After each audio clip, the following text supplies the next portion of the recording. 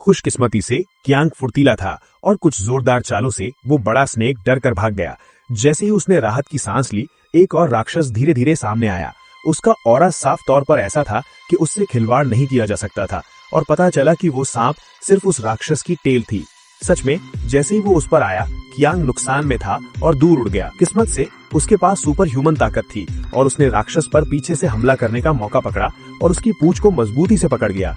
जैसे ही वो उसे दो टुकड़ों में तोड़ने वाला था, स्नेक ने अचानक जहर उगल दिया, जिससे कियांग वही अंधा हो गया। कुछ भी देख पाने में असमर्थ, वो बस अपने हाथ में लोहे का हैमर तेजी से घुमा सकता था, जिससे इमारत की वजन उठाने की क्षमता को नुकसान पहुंचा और पूरा महल गिर गया। खुशकिस्मती से कियांग बच गया, लेकिन बदकिस्मती से वो पूरी तरह अंधा हो गया और अब वो योद्धा नहीं रह सकता था।